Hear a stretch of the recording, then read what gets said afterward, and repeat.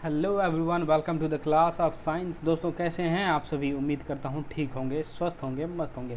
दोस्तों जैसे कि आप सभी को पता है, हम लोग वंदे भारत सीरीज़ चला रहे हैं फॉर आरआरबी एनटीपीसी 2024। ठीक है, इसमें हम लोग जीरो टू हीरो सीखने का प्रयास करेंगे, साइंस को और समझने का प्रयास करेंगे।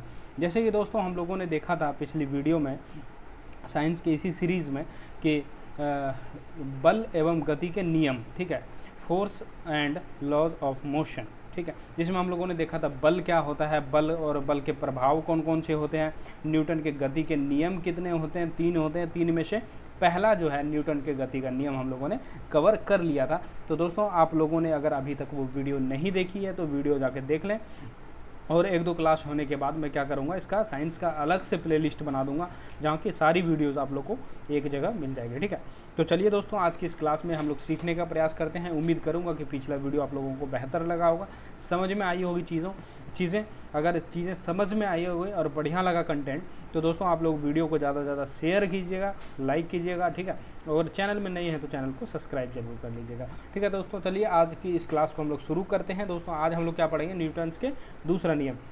लेकिन मैं आप लोगों को कहना चाहूँगा कि न्यूटन के दूसरे नियम को समझने से पहले कुछ ऐसे पॉइंट्स हैं जो मैं आप लोगों को समझाना चाहूँगा। ठीक है, तो वह कौन सा पॉइंट है दोस्तों? तो पहला है कि गति हम लोग किसे कहेंगे। अगर आप लोगों से कोई पूछे कि मोशन क्या होता है, तो मोशन क्या होता है, मान के चलिए आप पहले मैं एग्जांपल से समझाने का प्रयास करूँगा। ठीक है, मान के चलिए आप, कई बार क्या होता है कि गति का जो है हमें खुद से पता नहीं चलता है कि मोशन में है या नहीं है।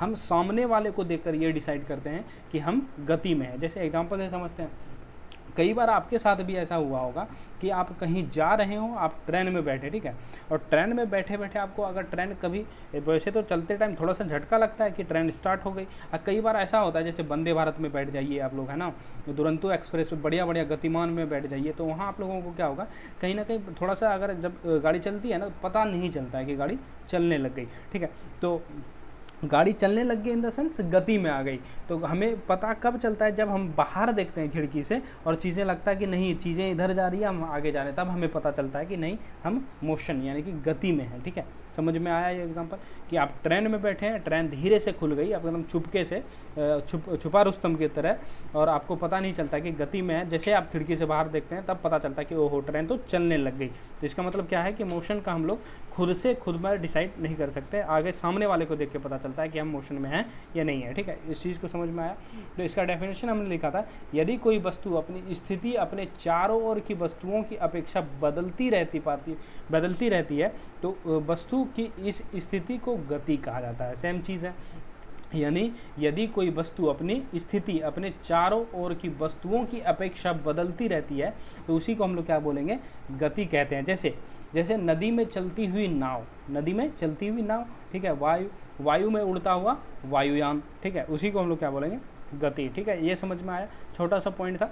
ये मैं इसलिए समझा रहा हूँ कि अभी जो सेकेंड लॉ पढ़ेंगे ना, उस पर हमें चीज़ें कहीं ना कहीं हमें काम आएंगे। ठीक है, तो विस्थापन हम लोग किसे कहेंगे दोस्तों, डिस्प्लेसमेंट। अगर आप लोगों से पूछा जाए विस्थापन किसे कहेंगे, वस्तु की प्रारंभिक व अंतिम स्थिति के बीच की न्यूनतम दूरी को उस वस्तु का विस्थापन कहा जाता है। ठीक है, क्या कहा जाता है, ध्यान से समझिएगा दोस्तों। मान के चलिए आपको मुखर्जी नगर से जीटीबी नगर जाना है, जाना है, तो वहाँ का टोटल डिस्टेंस जो होगा वो आप लोगों का क्या हो गया, दूरी हो गया। ठीक है, उसी में हम लोग अगर निकालेंगे कि दो लड़का है, ठीक है, दोनों को कहाँ जाना है, जीटीबी नगर मेट्रो स्टेशन जाना है, कहाँ से, बतरा सिनेमा से जाना है, यानी मुखर्जी नगर से। ठीक है, तो एक लड़का क्या करता है, सीधा चला जाता है, एक लड़का जो है घूमते घूमते चला जाता है। मान के चलिए यहाँ ये 2 वस्तु है, ठीक है, और दोनों को यहाँ पे जाना था, दोनों, एक क्या किया, सीधा चला गया, और एक क्या किया, इसने घूमते घूमते यहाँ आके पहुँचा। ठीक है, तो इसका डिस्टेंस क्या होगा, ये वाला डिस्टेंस होगा, टोटल जो चला उसी को हम लोग क्या बोलेंगे, दूरी बोलेंगे। और विस्थापन किसे बोलेंगे, इस पॉइंट और इस पॉइंट के बीच में जो न्यूनतम दूरी है उसी को हम लोग क्या बोलेंगे, विस्थापन बोलेंगे। ठीक है, विस्थापन की प्रारंभिक व अंतिम स्थिति के बीच न्यूनतम दूरी को उस वस्तु का विस्थापन कहा जाता है। यह क्या होता है, ये सदिश राशि होता है। क्या होता है, यह एक सदिश राशि है, क्योंकि चली गई दूरी में परिणाम नहीं होता है, चली हुई दूरी में क्या होता है, परिणाम नहीं होता है, जबकि विस्थापन में परिणाम के साथ साथ दिशा भी होती है। विस्थापन धनात्मक या ऋणात्मक और शून्य भी हो सकता है। क्या बोला कि विस्थापन जो है धनात्मक, ऋणात्मक और शून्य भी हो सकता है। यहाँ से क्वेश्चन बनता है दोस्तों, इसको ध्यान में रखिएगा, ठीक है। उदाहरण अगर हम लोग समझें कि इसका उदाहरण क्या है, मान के चलिए अगर कोई बिंदु P है, ठीक है, अगर कोई व्यक्ति बिंदु P से चलकर गोलाकार मार्ग तय करते P बिंदु की ओर आता है। जैसे मान के चलिए यहाँ से ये पॉइंट P है, ठीक है, एक वस्तु कोई व्यक्ति यहाँ से चलना शुरू हुआ और चल के वापिस से क्या हुआ, वो इसी पॉइंट में आ जाता है। तो उसके द्वारा तय की गई दूरी वृत्त की परिधि के बराबर होगी, यानी कि 2πr होगी। उसका डिस्टेंस अगर देखें कि डिस्टेंस कितना होगा, तो उसका क्या होगा 2πr होगा। यहाँ से चलना शुरू किया था, तो यहाँ आके वापस से पहुँच गया, ठीक है। यदि कोई व्यक्ति P बिंदु से चलकर गोलाकार मार्ग तय करते हुए P बिंदु पर आ जाता है, तो उसे उसके द्वारा तय की गई दूरी वृत्त की परिधि के बराबर होगी, जो 2πr है, ठीक है। समझ में आया।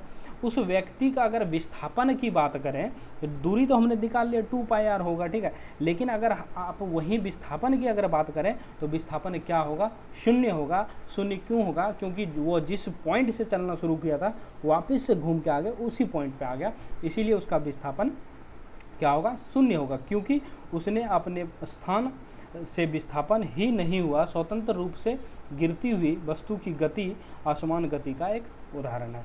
इस चीज़ को ध्यान रखिएगा, ठीक है। अब हम लोग अगर बात करें वेलोसिटी, वेग किसे बोलेंगे, क्या बोलते हैं, वेग किसे बोलेंगे, वेलोसिटी किसे बोलते हैं, ठीक है। तो किसी वस्तु के विस्थापन की दर को एक निश्चित दिशा में प्रति सेकंड वस्तु द्वारा तय की गई दूरी को ही क्या बोला जाता है, वेग बोला जाता है। चीज़ों को समझिएगा कि किसी वस्तु के विस्थापन की दर को या एक निश्चित दिशा में प्रति सेकंड वस्तु द्वारा तय की गई दूरी को क्या बोलेंगे, वेग कहेंगे, ठीक है। यह एक सदिश राशि है, इसका ऐसा मात्रा क्या होता है, मीटर प्रति सेकंड होता है। क्या होता है, मीटर पर सेकंड होता है, ठीक है।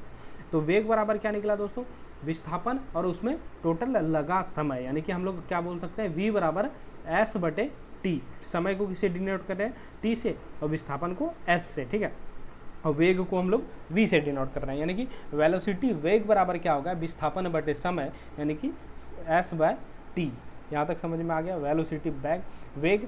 अब हम लोग बात करें दोस्तों, अगर संवेग किसे कहते हैं, संवेग किसे कहते हैं, तो संवेग किसे कहते हैं, किसी पिंड या वस्तु के संवेग को उसके द्रव्यमान और वेग के गुणनफल के रूप में परिभाषित किया जाता है, यानी कि उसका जो मास है और उसका वेलोसिटी है उसी के रूप में परिभाषित किया जाता है, किसको, संवेग को। जैसे देखेंगे संवेग बराबर हम लोग क्या कह सकते हैं, द्रव्यमान गुना वेग। क्या कह सकते हैं दोस्तों, द्रव्यमान गुना वेग, यानी कि संवेग को किसे डिनोट करेंगे, p से। तो p बराबर क्या हो गया, m/v, v फॉर वेलोसिटी और मास फॉर द्रव्यमान, ठीक है दोस्तों।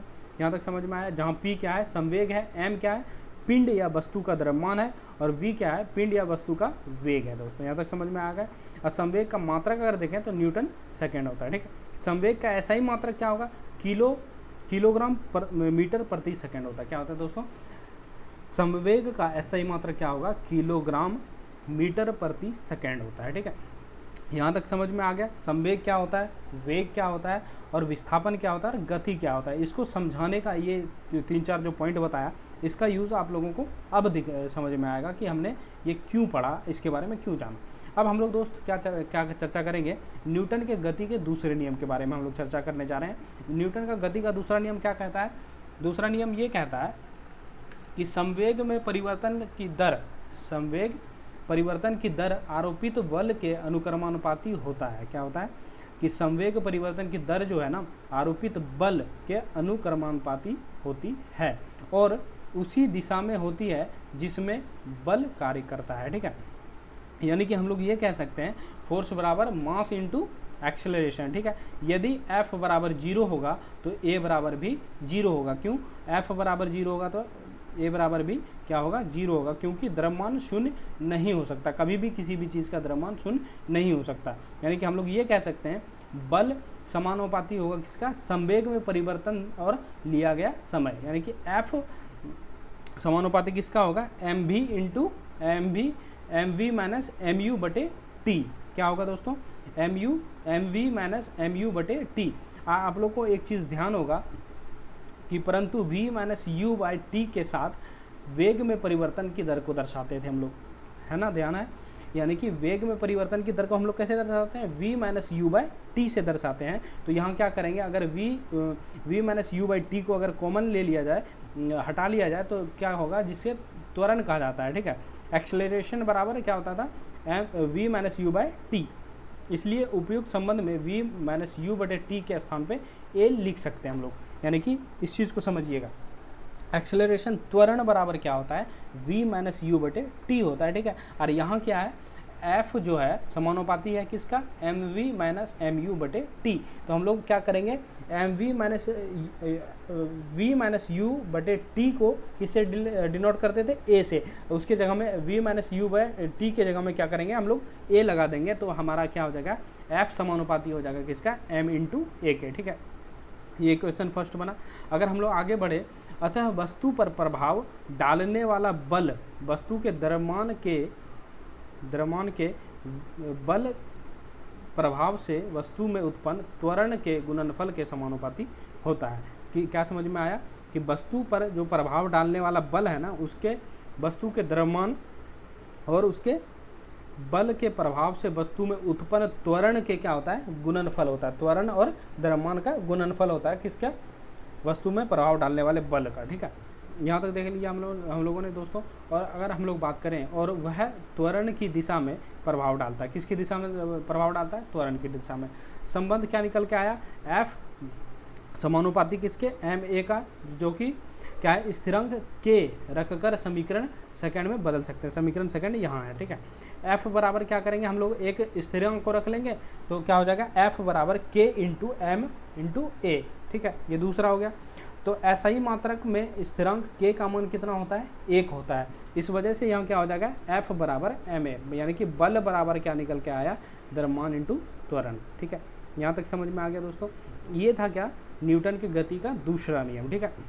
अगर हम लोग इसको एग्जाम्पल से समझें, तो एग्जाम्पल हमारा ये कहता है कि जैसे आप लोगों ने देखा होगा कि एक क्रिकेट खिलाड़ी कैच लेने के लिए हाथ नीचे या पीछे ले जाता है, ठीक है। जैसे ऐसे गेंद आया, गेंद पकड़ने के बाद ऐसे ले जाता है पीछे, क्यों लाता है और कभी भी गेंद को अचानक रोकने की कोशिश इसलिए नहीं करता है क्योंकि गेंद का वेग अचानक ज़्यादा से एकदम शून्य हो जाएगा। मान के चलिए हाथ मैंने ऐसे ही रख लिया, तो वेग क्या है उसका, वेग अचानक से क्या हो जाएगा उसका, जैसे ही हाथ पे आया वेग क्या हो जाएगा, अचानक से शून्य हो जाएगा, जिससे क्या होगा, हमें चोट लग जाता है, ठीक है।